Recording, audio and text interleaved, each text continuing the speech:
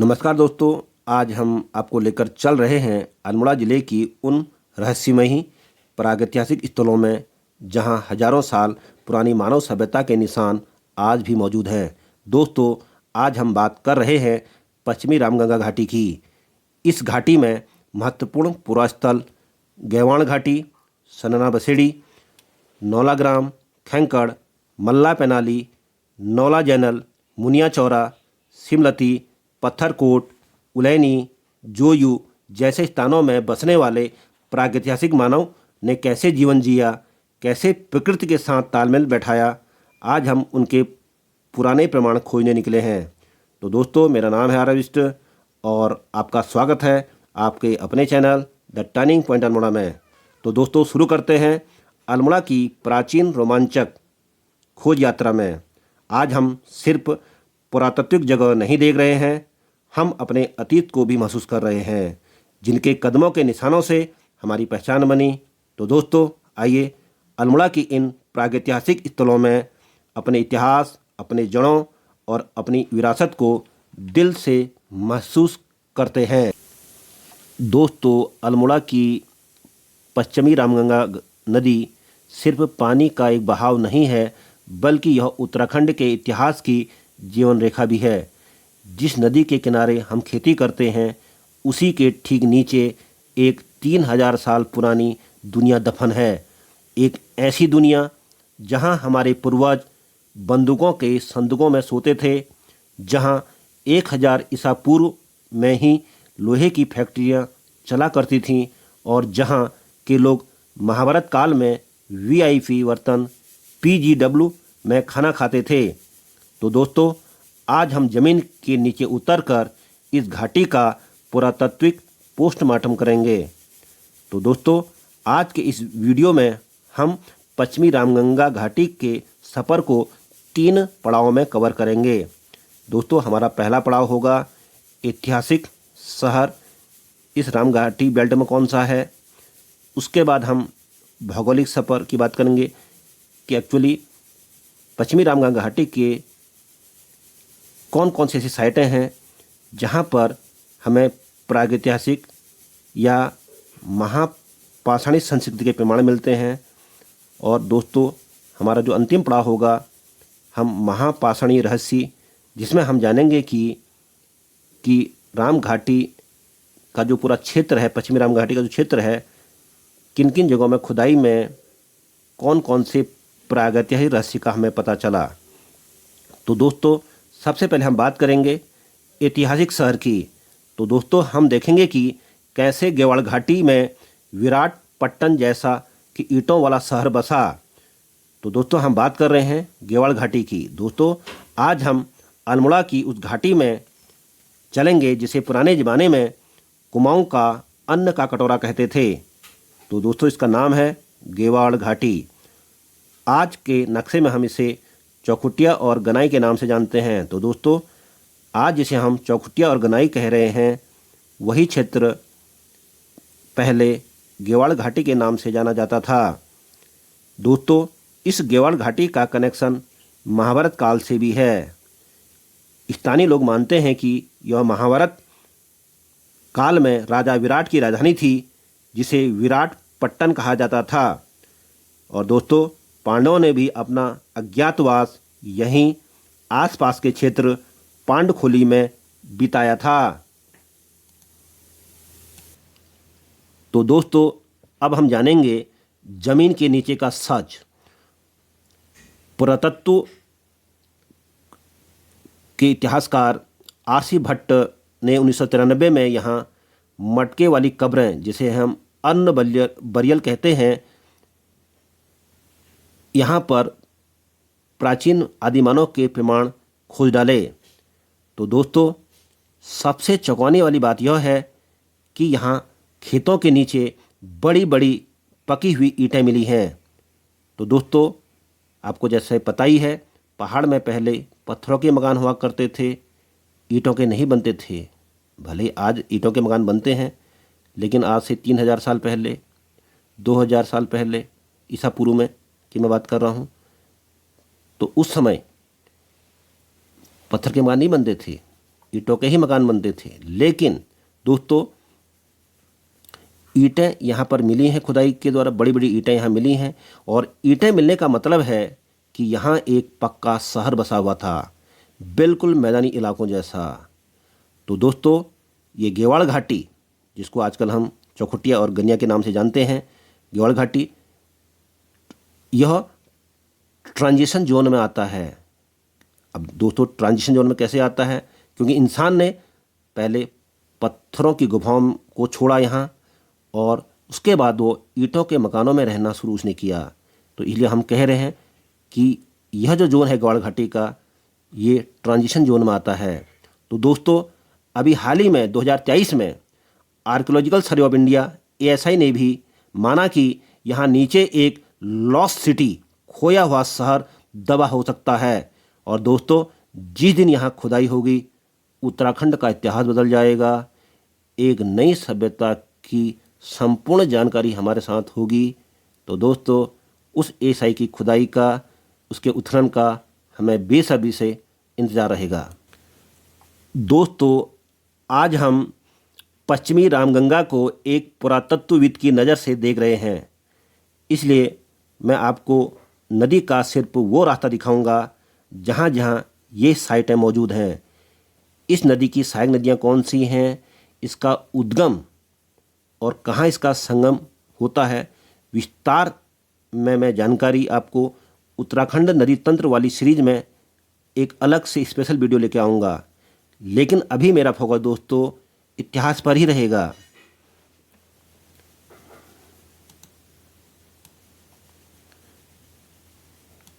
दोस्तों पश्चिमी रामगंगा को स्कंद पुराण में राटवाहिनी या रतवाहिनी कहा गया है। दोस्तों पश्चिमी रामगंगा दूधातोली श्रेणी के पूर्वी ढाल से इसका उद्गम माना जाता है। उद्गम से निकलने के बाद यह नदी चमोली, अल्मोड़ा और पौड़ी जनपदों से होकर आगे बढ़ती है। तो दोस्तों पहले ये चमोली से आती हुई, अल्मोड़ा से जाती हुई और पौड़ी जनपद में चली जाती है, और अपने धारा के मार्ग में यह जब अल्मोड़ा जनपद के मरचुला क्षेत्र को छोड़ती है, उसके बाद ये प्रसिद्ध कॉर्बेट नेशनल पार्क में होकर गुजरती है। तो दोस्तों कुल मिलाकर पश्चिमी रामगंगा नदी उत्तराखंड में 155 किलोमीटर की दूरी यह उत्तराखंड में तय करती है, और उत्तराखंड में दूरी तय करने के बाद यह नदी पहले पौड़ी जिले के कालागढ़ क्षेत्र में राज्य से की सीमा से बाहर चली जाती है। उत्तराखंड से बाहर बहने के बाद यह नदी आगे बढ़ते हुए कन्नौज के पास जाकर गंगा नदी में सम्मिलित हो जाती है। तो दोस्तों जहाँ से पश्चिमी रामगंगा नदी का उद्गम स्थल है, उसके निकटवर्ती क्षेत्र में जो स्थान पड़ते हैं दोस्तों, चोर खाल और दिवाली खाल, खांकर खेत, इसके निकटवर्ती क्षेत्र हैं, और इन्हीं क्षेत्रों से नदी दूधाधोली के इसी ढलान से निकलती है। तो दोस्तों ये चोर खाल, दिवाली खाल और खांकर खेत, ये जगह, ये स्थल चमोली जिले के अंतर्गत ही आते हैं, और पौड़ी और अल्मोड़ा की सीमाओं के करीब के ये क्षेत्र हैं। तो दोस्तों पश्चिमी रामगंगा सबसे पहले चमोली के गैरसैंण क्षेत्र में बहते हुए, उसके बाद यह अल्मोड़ा जिले में चौखुटिया, या जिसको हम गेवाड़ घाटी कहते हैं, उस क्षेत्र में सबसे पहले प्रवेश करती है, और यह इसके प्रवाह क्षेत्र का सबसे उत्तरी हिस्सा है। तो दोस्तों उसके बाद यह नदी उत्तर से दक्षिण में बहते हुए जाती है, और सबसे पहले दोस्तों ये गेवाड़ घाटी में अपना जल छोड़ते हुए फिर उसके बाद दोस्तों गनाई, मासी, मुनिया चौरा, जैनल नौला, जोयू, खैकान, कफ्फरकोट, भिक्यासैंण, और भिकियासैंण में दोस्तों गगास नदी भी इस पर मिलती है। और वहीं पर दोस्तों उलैनी, बसेड़ी, सनड़ा महत्वपूर्ण प्राकृतिक स्थल हैं दोस्तों। उसके अलावा सिमलती, पत्थरकोट, मरचूला अल्मोड़ा।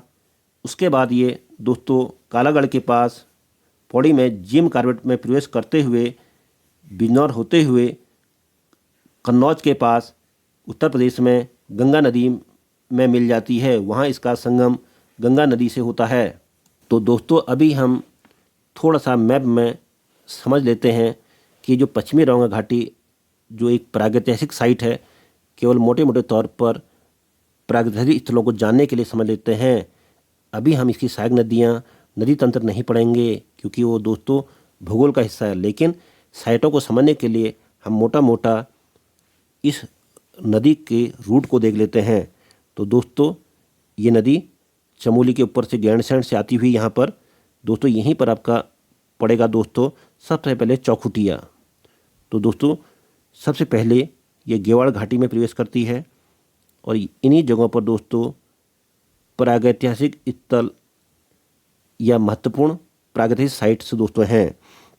उसको अभी हम उसके बाद जानेंगे। थोड़ा सा आपको पहले रूट समझा देते हैं। तो ये दोस्तों ये नदी चौखुटिया आती है। उसके बाद दोस्तों ये मासी आ जाती है नदी, रामगंगा नदी। और दोस्तों ये पूरा अल्मोड़ा की आप बाउंड्री का मैप देख रहे हैं। तो अल्मोड़ा के जब जो पश्चिमी छोर है वही क्षेत्र जो है पश्चिमी रामगंगा घाटी का है। तो आप मैप पर इसको जरूर ड्रॉ करें। और उसके बाद भिकियासैंण जहाँ पर गगास नदी से आके मिलती है, ये सबसे बड़ी साइट है जो प्राकृतिक स्थल का ये दोस्तों हब माना जाता है, जहाँ पर ये भिकियासैंण है। भिकियासैंण ये दोस्तों जो भिकियासैंण जहाँ पर है, सनड़ा और बसेड़ी दो महत्वपूर्ण प्राकृतिक स्थल दोस्तों यहाँ पर हैं। उसके बाद दोस्तों ये नदी सीधे निकल जाती है मरचूला क्षेत्र में। मरचूला क्षेत्र से दोस्तों ये जिम कॉर्बेट कालागढ़ के पास पौड़ी में एंट्री कर जाती है। तो दोस्तों ये जो अल्मोड़े का जो क्षेत्र यहाँ से लेके यहाँ तक का जो क्षेत्र दोस्तों ये है, यही प्रागैतिहासिक साइट है दोस्तों। ये रूट प्रागैतिहासिक को समय आज समझना है। आज हमें नदी नहीं समझना है, केवल प्रागैतिहासिक स्थलों को समझना है, जिसमें गेवाड़ घाटी और मासी के आसपास का जो साइट्स हैं प्राकृतिक स्थल और भिकियासैंण के आसपास जो प्राकृतिक स्थल, उनको आज हमें समझना है। तो दोस्तों आप हमारा फोकस पॉइंट आज समझ। तो दोस्तों आपको पश्चिमी रामगंगा की प्रागैतिहासिक साइट को समझने से पहले इन भारी भरकम शब्दों को समझना होगा। जैसे यहाँ पर कुछ दोस्तों कुछ शब्द लिखे गए हैं: महास्म संस्कृति, महापाषाणीय समाधान, कपमार्क्स, शिष्ट समाधान, प्रस्तर पट्टिका समाधान, अन्न बैरियल या घट समाधान, मैनिहर, डोलमेन, एकास्म शिला और चित्रित धूसर मृदमांड। तो दोस्तों यदि आपको पश्चिमी रामगंगा की साइट को समझना है तो इन शब्दावली को भी आपको सबसे पहले समझना होगा। मैं एक एक करके इसको मोटा मोटा एक्सप्लेन कर देता हूँ।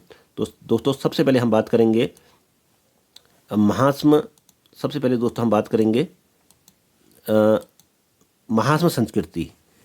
तो दोस्तों महास्म मतलब का जो शब्द आया है, महा का मतलब दोस्तों यहाँ पर इस महा का अर्थ होता है दोस्तों बड़ा।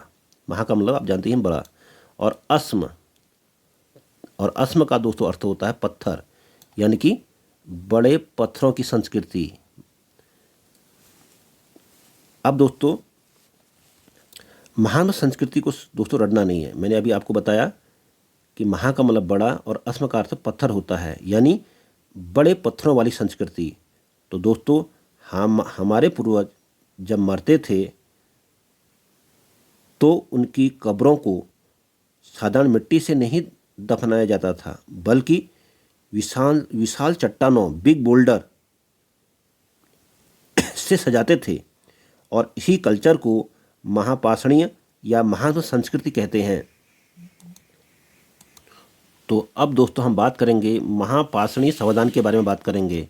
तो दोस्तों यह दफन की एक प्रथा है जिसमें मृतक को दफन करने के लिए बड़े बड़े पत्थरों से स्मारक, कक्ष या चिन्ह बनाए जाते थे।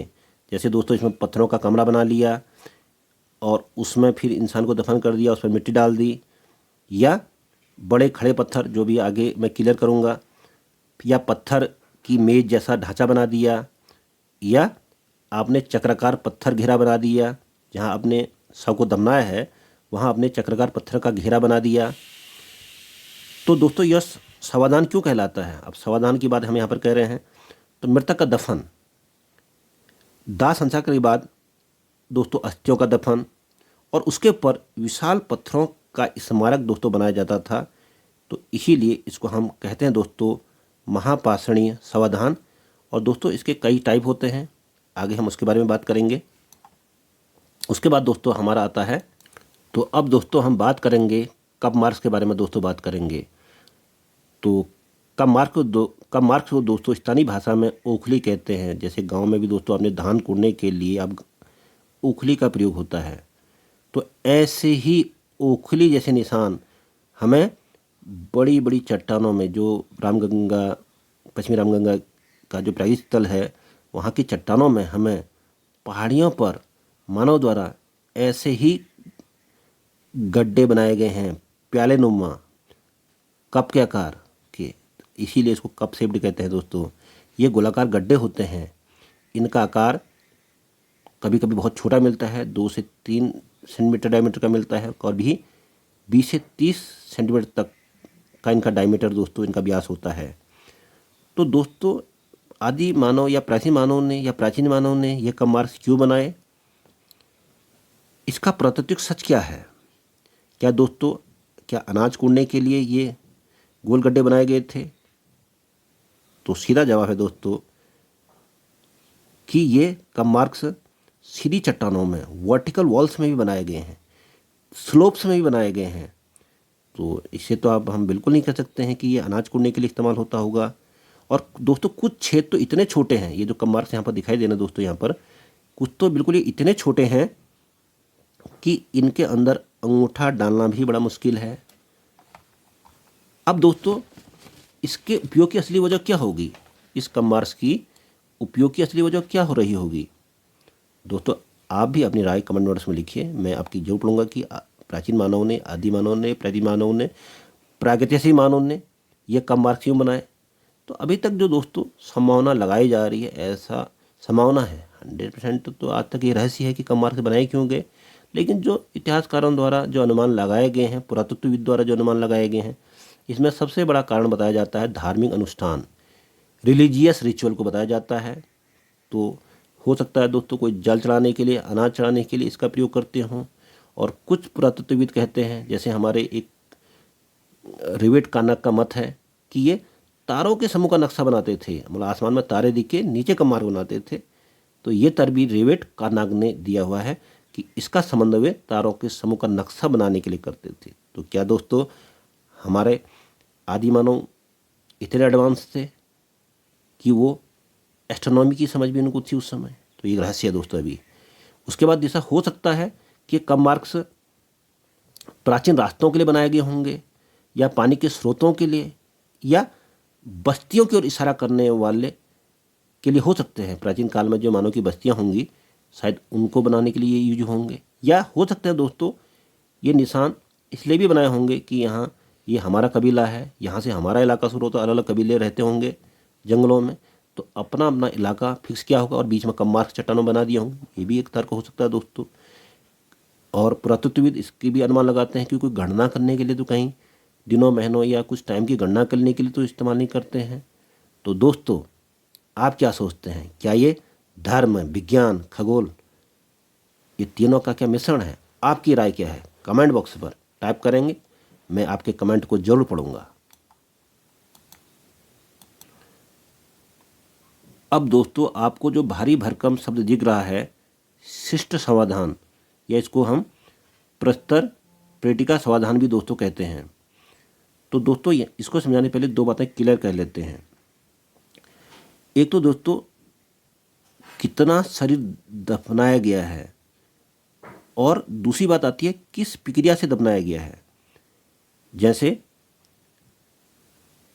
कितना शरीर दफनाया गया है, मतलब पूरा शरीर दफनाया गया है, या आंशिक शरीर ही दफनाया गया है, मतलब इसका मतलब है कुछ हड्डियां ही तो नहीं दफनाई गई हैं और बाकी जो शरीर था वो बाहर खुला छोड़ दिया गया सड़ने गलने के लिए, और बाद में जो हड्डियाँ बची उसी को दबना दिया गया, तो उसको दोस्तों भिन्नात्मक समाधान बोलते हैं। और तीसरा जो समाधान होता है वो अंत्येष्टि पश्चात समाधि, यानी कि दफन के पश्चात, दफन से पहले कोई अनुष्ठानिक क्रिया तो उन्होंने नहीं की, या उसके साथ कुछ वस्तुएं रखी होंगी, कुछ लोहे के औजार रख दिए, कुछ पत्थर, उस समय जो इंसान द्वारा जो उपयोग करने वाली जो डेली रूटीन की वस्तुएं थी वो तो नहीं रख दी।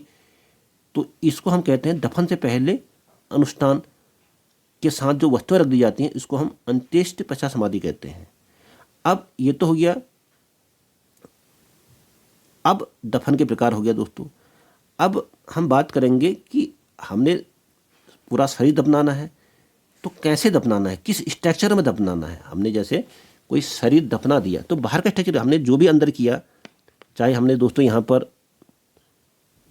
संपूर्ण समाधि, हमने किसी व्यक्ति को यहाँ पर दफनाया तो बाहर का स्ट्रक्चर कैसा था, बाहर का स्ट्रक्चर कैसा था, उसकी बनावट कैसी थी, तो उसको हम दफन का ढांचा या बनावट कहते हैं। तो उसी के अंदर दोस्तों शिष्ट समाधान आता है, जिसको हम प्रस्तर पेटिका समाधान भी कहते हैं। तो आपको ये बात बिल्कुल क्लियर करनी है कि कितना शरीर दफनाया गया इसके अंदर। क्या पूरा शरीर दफनाया गया इस पत्थरों के अंदर, तो हम इसको संपूर्ण समाधि बोलेंगे। इसके अंदर दफना दिया गया, इस चारों ओर से पत्थर लगाए, ऊपर से ढक दिया, तो जो बाहर का जो स्ट्रक्चर है इसको हम दफन का ढांचा कहेंगे। यही तो दोस्तों दफन का ढांचा है, शिष्ट समाधान। अब इसके अंदर कितना दफनाया गया, पूरा शरीर दफनाया गया इंसान का, या इंसान ने पहले दफनाने से पहले शरीर को खुला छोड़ दिया जानवरों के खाने के लिए, या शरीर को गलने के लिए छोड़ दिया, और बाद में जो हड्डियां बची उसको इसमें भर दिया।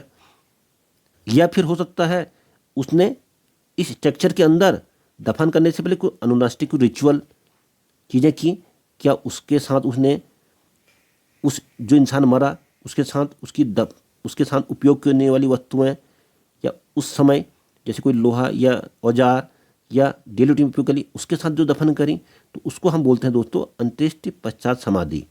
तो ये जो दोस्तों हम बात कर रहे हैं, ये बात कर रहे हैं शिष्ट समाधान। ये बाहर की स्ट्रक्चर की बात करी, बाहर का स्ट्रक्चर कैसा था, अंदर क्या दफन किया गया, वो दफन के प्रकार हो गए, जिसमें हम पहला प्रकार होता है संपूर्ण समाधि, मैंने समझा दिया आपको।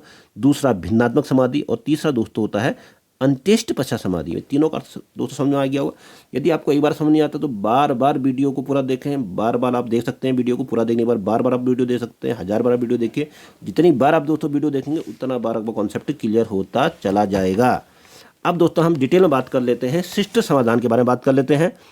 तो दोस्तों अब इसको पत्थर का ताबूत भी कह सकते हैं। जैसे दोस्तों आज ईसाई धर्म में यदि कोई इंसान मरता है तो लकड़ी के बॉक्स में उसको दफनाते हैं, वैसे ही 3000 साल पहले हमारे पूर्वज पत्थर के बॉक्स बनवाते थे। तो दोस्तों पत्थर के बॉक्स हम आपको दिखा देते कैसे बॉक्स होते थे।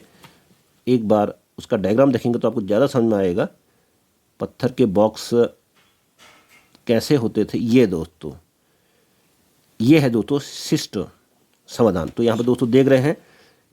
अब इसको हम प्रस्तर पेटिका समाधान भी को बोलते हैं, शिष्ट समाधान को, जो ये शिष्ट बरियल कहिए इंग्लिश में, या हिंदी में दोस्तों इसको हम क्या बोलते हैं, प्रस्तर पेटिका समाधान भी बोलते हैं।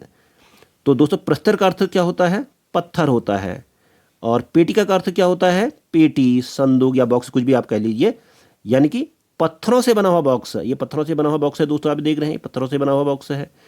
इसके ऊपर इंसान का कंगाल, जिस तरह भी आप दफन प्रक्रिया अपनाई, मैंने तीनों प्रकार दफन प्रक्रिया के बता दिए।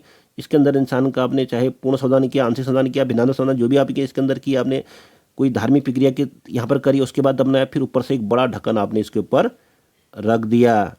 तो दोस्तों यही है शिष्ट समाधान।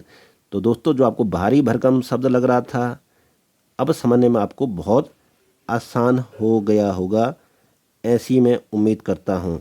तो दोस्तों आप समझ गए होंगे इस तरह के जो समाधान है दोस्तों, हम इसकी बात क्यों रहे हैं, क्योंकि यही समाधान तो दोस्तों पश्चिमी रामगंगा घाटी में मिले हैं। और वहाँ का जो भिकियासैन है, उसके आसपास का जो सनड़ा और बसेड़ी के जो प्रमुख साइट्स वहाँ पर आती हैं, वहाँ दोस्तों प्रस्तर पेटिका इसी शिष्ट बरियल के प्रमाण खुदाई द्वारा गढ़वाल विश्वविद्यालय ने जो खुदाई कराई थी उसके दौरान दोस्तों मिले हैं। अब दोस्तों हम आपको अर्न बरियल समाधान के बारे में भी शॉर्ट समझा देते हैं। दोस्तों ये अंग्रेजी का शब्द है, इसका अर्थ होता है कलश। ये दोस्तों इसका अर्थ क्या होता है? कलश। दोस्तों इसका अर्थ क्या होता है? कलश होता है दोस्तों। और अब समाधान, मिट्टी के घड़े में दफनाना। अब भाई दोस्तों मिट्टी के घड़े में इंसान कैसे जाएगा? तो सही बात है कि इंसान को पहले बाहर खुला छोड़ दिया और जो अस्थियां बच गई उसको इस घड़े में डाल दिया और इसको ज़मीन में दफन कर दिया और बाद में इसके ऊपर मिट्टी डाल दी। तो इसी को अर्न, या यहाँ पर आप शब्द देख रहे थे दोस्तों, मैंने जो शब्द आपको भारी भरकम शब्द लिखाया था, अर्न बरियल, घट समाधान इसको हमने दोस्तों कहा था। तो घट का मतलब दोस्तों क्या होता है? घड़ा होता है। और समाधान तो आप जानते हैं, सबको दफनाना ही समाधान होता है। तो दोस्तों ये वर्ड आपको क्लियर हो गया होगा, आपने डायग्राम में भी देख लिया होगा। सिस्ट बरियल और अन्न बरियल की जो बाहर का जो स्ट्रक्चर है वो कैसा बनता था, ये उसी का प्रकार है। और परीक्षा में आपसे इनके बारे में डायरेक्ट क्वेश्चन यूपीएससी, यूके द्वारा पूछा जाता है। भारत के इतिहास में जहाँ भी प्राचीन साइटें मिली हैं, और उत्तराखंड में तो मैं जो आपको पश्चिमी रामघाट बात बता रहा हूँ, वहाँ पर भी पश्चिमी रामघाट घाटी में सरना बसेड़ी जो भिकियासण के आसपास का क्षेत्र, जो अभी मैंने आपको मैम में भी समझाया, यहाँ पर मैंने आपको भिकियासण है वही साइट है यहाँ पर शिष्ट बरियल और अन्न बरियल के दोस्तों प्रमाण मिले हैं दोस्तों। तो दोस्तों अब हम बात कर लेते हैं भारी भरकम शब्द मैनियर की। तो दोस्तों जितने में ये भारी भरकम लग रहे हैं, इनका अर्थ उतना ही सरल है। तो दोस्तों मैनियर का अर्थ होता है लंबा पत्थर। दोस्तों जैसे आज हम चौराहे पर किसी महान व्यक्ति की मूर्ति या शहीद स्मारक लगाते हैं, कहीं पर आपने कोई पत्थर की मूर्ति, एक सिंगल पत्थर से बनी हुई मूर्ति देखी होगी, या सिंगल पत्थर से बना हुआ कोई मेमोरियल पिलर आपने जरूर देखा होगा। वैसे ही प्राचीन लोग अपने पूर्वजों की याद में एक विशाल पत्थर गाड़ते थे। यह एक अकेला खड़ा पत्थर होता था जो केवल दोस्तों कब्र में ही लगाया जाता था। और ये क्यों लगाया जाता था दोस्तों? ताकि दूर से ही पता चले कि कोई महान आत्मा यहाँ पर जुड़ी है, कोई महान आत्मा का दफन यहाँ पर हुआ है। उसके बाद दोस्तों हम बात करेंगे भारी भरकम शब्द दोस्तों डोलमेन के बारे में बात करेंगे। फिर आपके दिमाग की बत्तियां दोस्तों हिल गई होंगी। डोलमेन, तो दोस्तों ये जो डोलमेन शब्द है ये ब्रिटेन भाषा का है और ये भाषा फ्रांस के उत्तर पश्चिम में बोली जाती है। वहाँ पर जो शब्द दोस्तों, ये जो यहाँ पर डोल लिखा है, डीवल डोल, इसका मतलब होता है मेज। और MEN का अर्थ आप आदमी मत समझना, वहाँ की ब्रिटेन भाषा में इसका अर्थ होता है स्टोन, यानी कि इसका मतलब हुआ मेज पत्थर। इसका अर्थ हुआ दोस्तों मेज पत्थर। तो दोस्तों इसमें होता क्या था कि 4 बड़े पत्थरों को मतलब ऐसे लगा दिया जाएगा और उसके ऊपर से बड़ा पत्थर रख दिया जाएगा, मतलब एक गुफा जैसी संरचना बना दी जाएगी, जिसको डोलमेन, आपको एक डायग्राम दिखा देता हूँ डोलमेन का। यहाँ पर ये देखिए दोस्तों, आपको यहाँ पर डायग्राम दिख रहा होगा डोलमेन का, कि यहाँ से भी पत्थर रख दिया, यहाँ से भी पत्थर रख दिया, ऊपर से भी पत्थर रख दिया, सामने से भी पत्थर रख दिया। तो इस तरह ये जो दोस्तों मेज की जैसी जो आकृति है, ये जो मेज की जैसी आकृति जो बन जाती है, इसी को बोला जाता है डोलमेन। और दोस्तों इस तरह की संरचना हमें अल्मोड़ा की पश्चिमी रामगंगा घाटी में भी ऐसी ही संरचनाओं के अवशेष मिले हैं। अब अगला भारी भरकम शब्द हमारे पास आ गया है एकास्म शिला, मोनोलिथिक स्टोन। मोनोलिथ का अर्थ क्या होता है दोस्तों? एकास्म शिला को हम अंग्रेजी में बोलते हैं मोनोलिथिक स्टोन। जैसे कोई भी चीज जो एक पत्थर की बनी हो उसको हम मोनोलिथ कहेंगे दोस्तों। बस एक ही पत्थर लगा होना चाहिए, चाहे कोई शिवलिंग बना हो एक पत्थर से या अशोक की कोई लाट हो, तो तभी हम उसको एकास्म शिला बोलेंगे। और वही एक पत्थर यदि किसी कब्र के ऊपर लगा है तब उसको हम मेनियर बोलेंगे। तो दोस्तों कंफ्यूज मत करिए, एकास्म शिला और मेनियर जो मैंने 2 शब्द बताए, इन दोनों में आप कंफ्यूज मत करिए।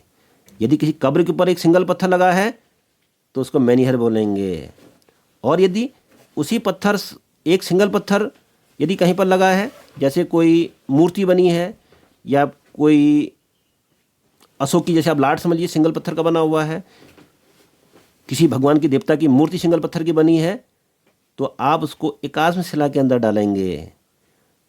तो दोस्तों आपको ये दोनों ही मेनिहर और एकाश्म शिला मोनोलिथिक स्टोन दोनों ही क्लियर हो गया होगा।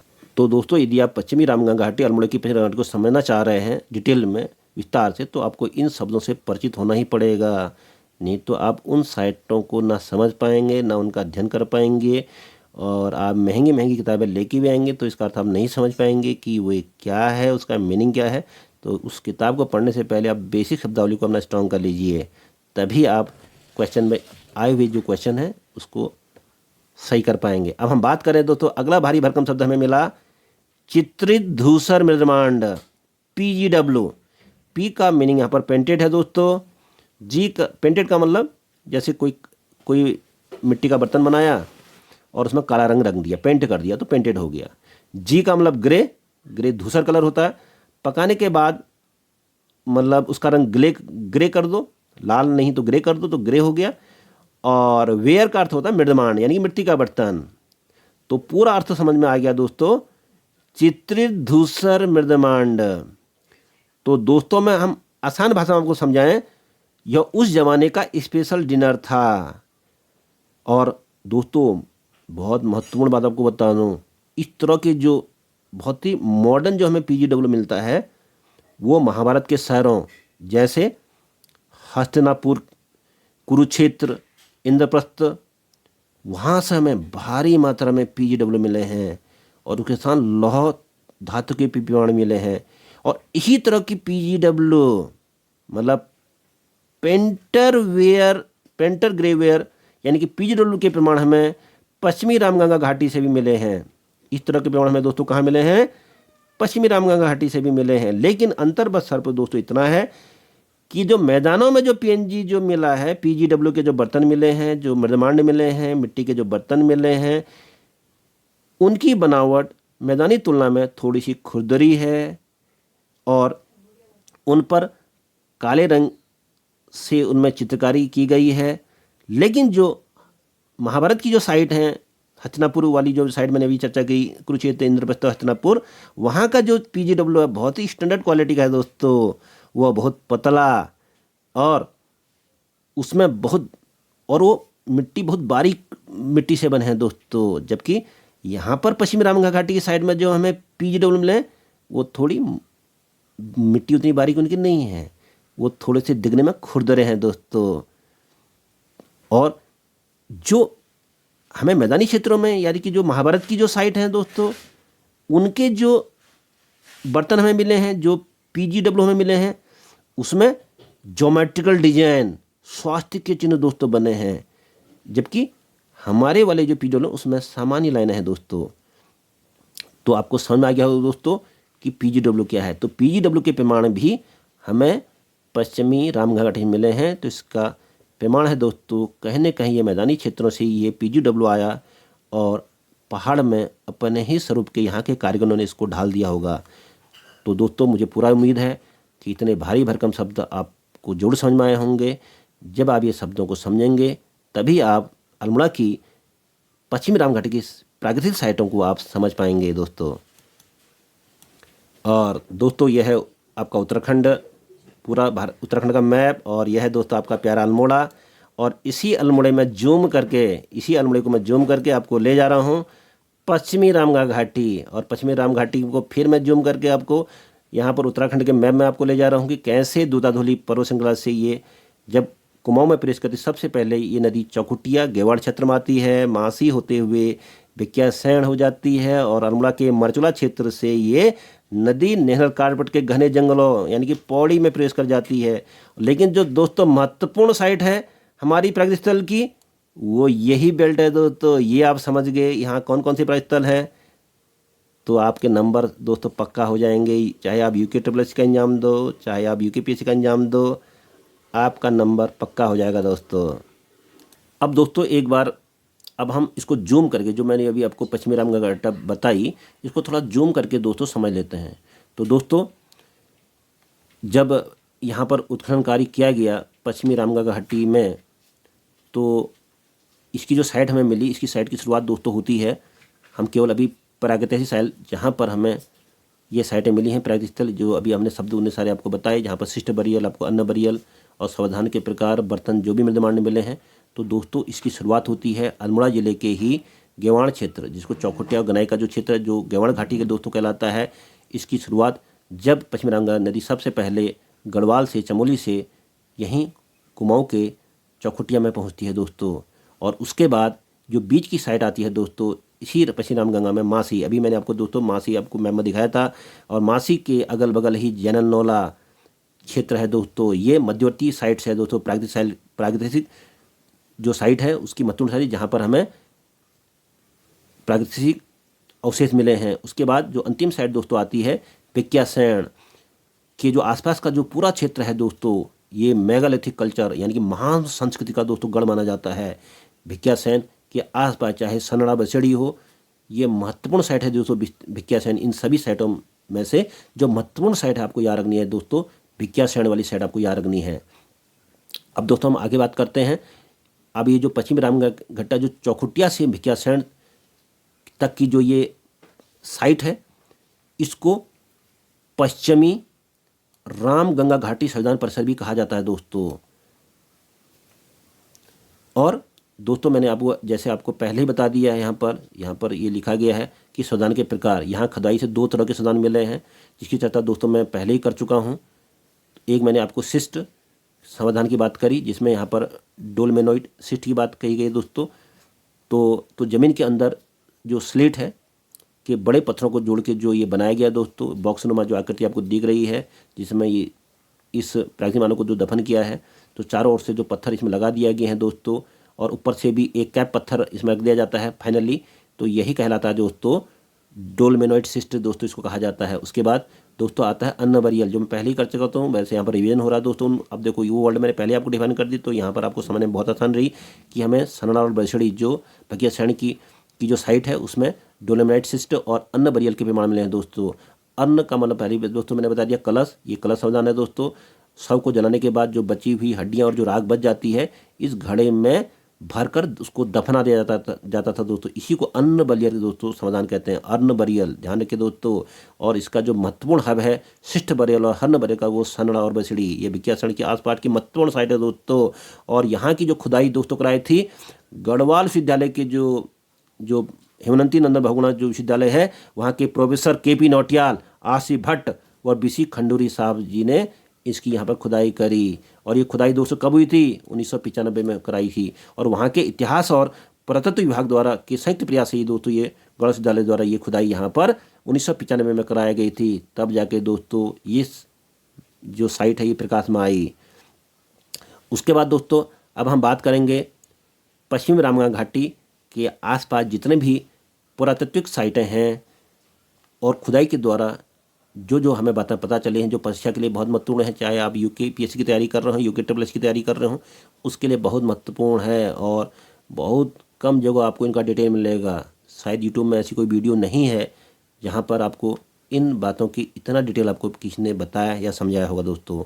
अब मैं आगे बात कर रहा हूँ दोस्तों कि द्वाराभाट, थोड़ा भिकियासैंण सीमा के पास ही पड़ता है द्वाराहाट दोस्तों। यहीं पर हमें मिला है उलैनी, जो द्वाराहाट के पास में, यहाँ पर दोस्तों 3000 साल पहले लोहा गलाने की दोस्तों फैक्ट्री चलती थी।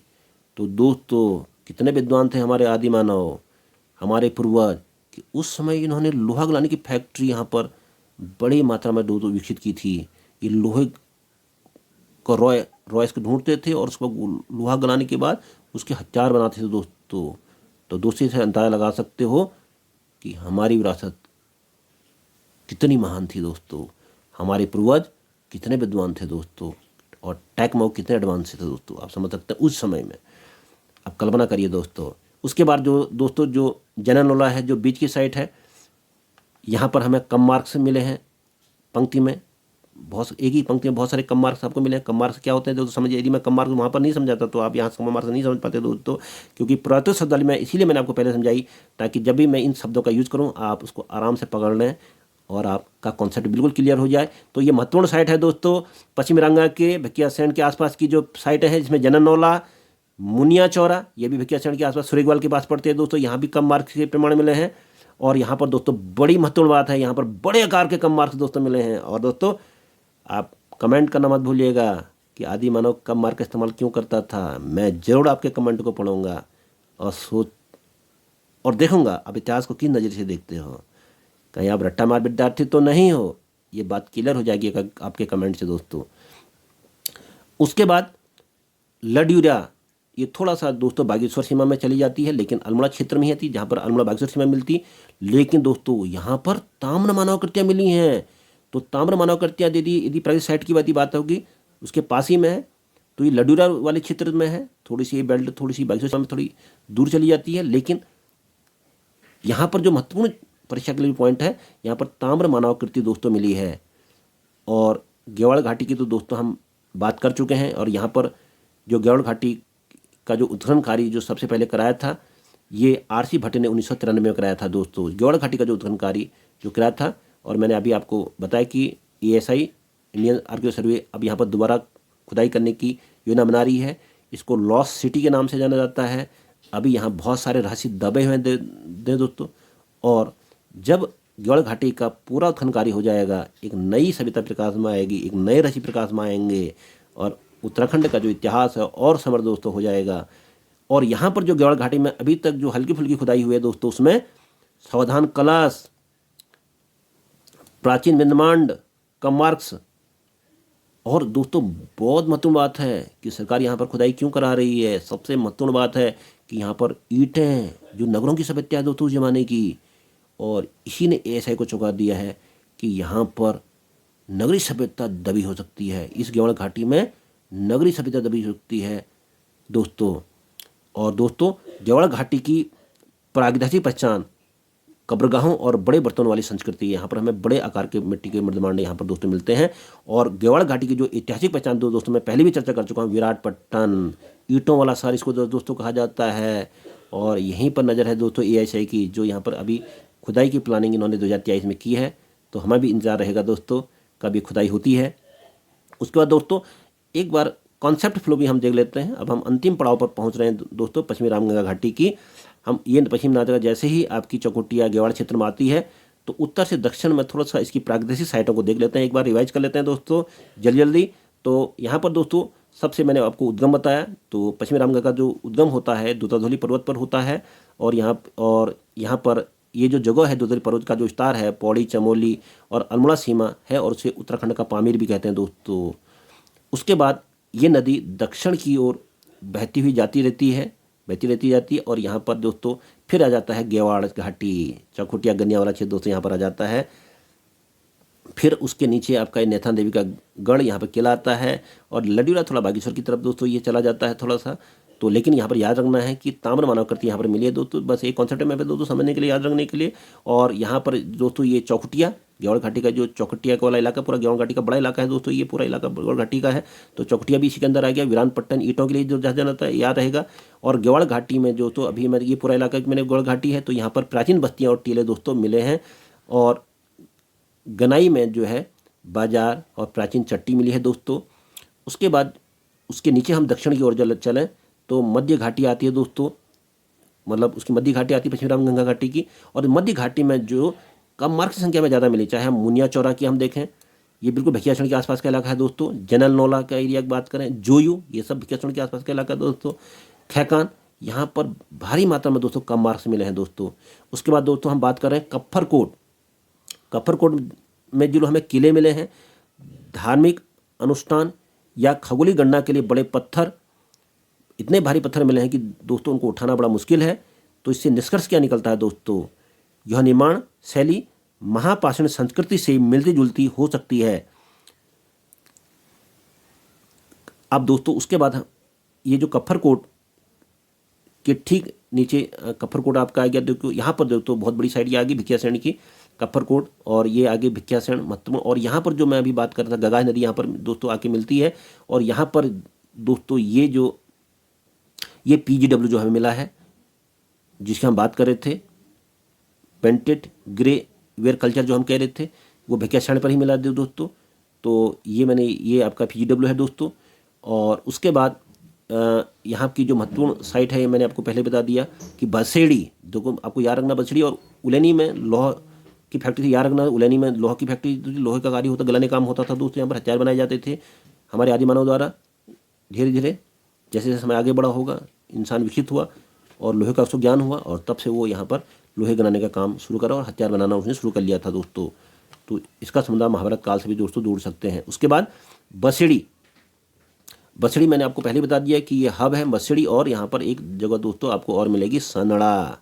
तो बसड़ा सनड़ा बिल्कुल जुड़वा कब्रें इसको कहा जाता है दोस्तों, जुड़वा कब्रें इनको कहा जाता है, बसड़ी और सनड़ा को।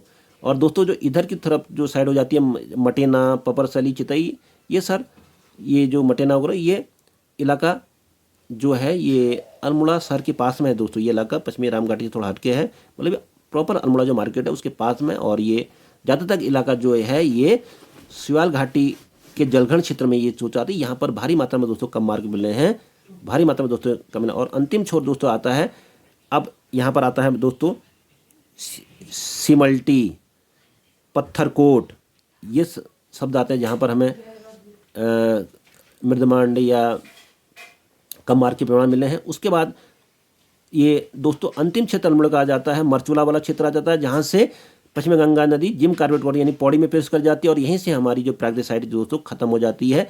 और बाकी बात तो सर दोस्तों ज्योग्राफी की है। जब हम आप उत्तराखंड का नदी तंत्र लेके आएंगे तो इस नदी को हम ज्योग्राफी के हिसाब से पढ़ाएंगे, इसकी सहायक नदियों के हिसाब से। अभी हमारा जो फोकस करना था, हमारी जो हीरो इस आज का दिन का था, वो प्राकृतिक साइटें थी दोस्तों। यदि मैं मिक्स कर देता नदी और ये सब मिक्स कर देता, ना प्राकृतिक साइट समझ पाते, ना ही नदियाँ समझ, आपको कन्फ्यूजन हो जाता, आपकी खिचड़ी पक जाती। इसीलिए मैंने दोस्तों प्राकृतिक साइट को बिल्कुल अलग रखा है। और जब मैं उत्तराखंड की नदी तंत्र लेके आऊँगा तो उस समय आपको इसके उद्गम से लेके संगम तक, और जहाँ जहाँ इसकी सहायक नदियाँ जहाँ जहाँ पर मिलती हैं, और जो भी बड़े क्षेत्र यहाँ पर आते हैं, कहाँ पर डैम बना है कालागढ़ में, कहाँ सहायक नदी मिली है, कौन सी नदी कहाँ से निकल रही है, पूरा कन्नौज तक जहाँ पर ये गंगा नदी मिल जाती है, पूरी डिटेल वीडियो मैप के सहित दोस्तों आपके लिए लाई जाएगी उस समय।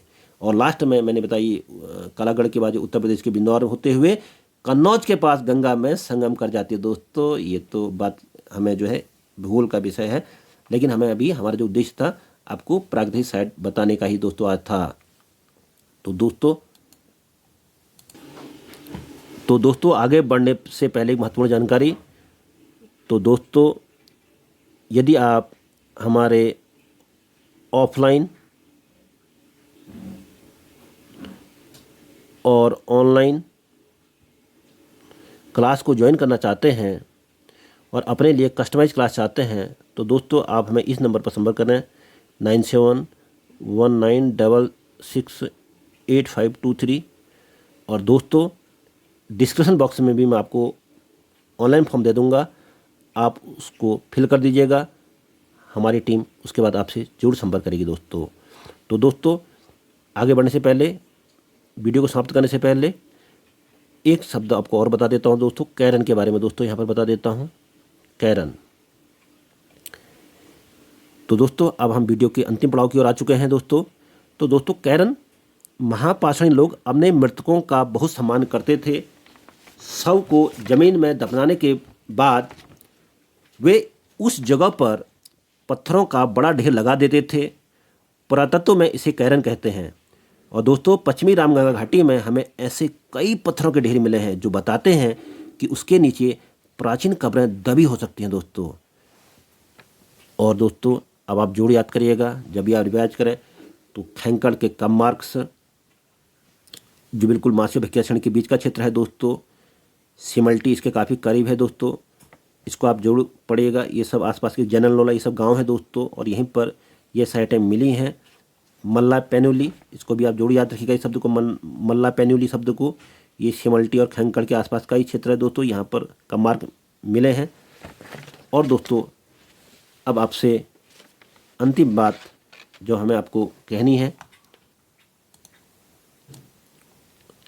तो दोस्तों आपने देखा कि कैसे पश्चिमी रामगंगा घाटी में 3000 साल पहले लोग पत्थरों के संदूकों में सो रहे थे। दोस्तों आपको लग रहा होगा कि इतिहास का रोमांच यहीं ख़त्म हो गया है, तो दोस्तों आप गलत हैं, यह तो सिर्फ शुरुआत है दोस्तों। तो दोस्तों क्या आप तैयार हैं उस अनकही कहानी को सुनने के लिए।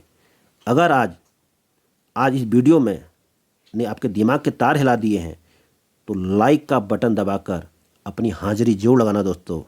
और दोस्तों, अगर आप चाहते हैं कि अगला धमाका सबसे पहले आपके फ़ोन पर फूटे तो लाल रंग के सब्सक्राइब बटन को अभी ग्रे रंग में बदल दो। घंटी का बटन दबाना मत भूलना दोस्तों। कमेंट में मुझे बताओ दोस्तों, आज का हैरान करने वाला फैक्ट आपको क्या लगा। अगर आपको लगता है कि दोस्तों उत्तराखंड में या जीके में कुछ भी रटने की चीज़ है तो द टर्निंग पॉइंट अल्मोड़ा यह गलती आपकी गलतफहमी को दूर कर देगा। दोस्तों, अगर आपको कुछ नया और दमदार मिला है तो बिना सब्सक्राइब किए मत जाइएगा, क्योंकि अगला वीडियो इससे भी एक लेवल ऊपर होने वाला है। जाते जाते कमेंट बॉक्स में आज के क्वेश्चन का जवाब जोड़ देना, क्योंकि मैं हर कमेंट दोस्तों खुद पढ़ता हूँ। लाइक और सब्सक्राइब, कमेंट और शेयर दोस्तों, ये मेरी बहुत बड़ी ऊर्जा है, क्योंकि दोस्तों मैं अधिकतर मेरा जो समय है वो ऑफलाइन और ऑनलाइन क्लास को लेने में चला जाता है, और रात 10 बजे बाद ही मुझे आपके लिए यूट्यूब वीडियो बनाने का मौका मिल रहा है, और मैं इसके लिए समय दोस्तों निकाल रहा हूँ। दिन भर की थकान मेरी तभी मिटेगी दोस्तों, और मैं ऊर्जा से आपको तभी पढ़ा पाऊँगा जब आप सब्सक्राइब, शेयर और कमेंट जब आप करेंगे तो दोस्तों मुझे एक नई ऊर्जा मिलेगी। तो दोस्तों, इसे दबाने में कंजूसी मत करना, गुरु दक्षिणा देने में कंजूसी मत करना। तो दोस्तों, अंत में न्याय के देवता गोलू देवता आप पर और हम पर अपना आशीर्वाद बनाए रखें। इसके साथ ही दोस्तों, जय देवभूमि, जय हिंदुस्तान। फिर मिलते हैं दोस्तों अगले वीडियो में। अल्मोड़ा भाग 4, अल्मोड़ा जनपद भाग 4 जल्दी नई वीडियो मिलेंगे। तो मुझे दोस्तों आपके कमेंट का इंतजार रहेगा, कमेंट बॉक्स में इंतजार रहेगा। तो दोस्तों फिर मिलते हैं।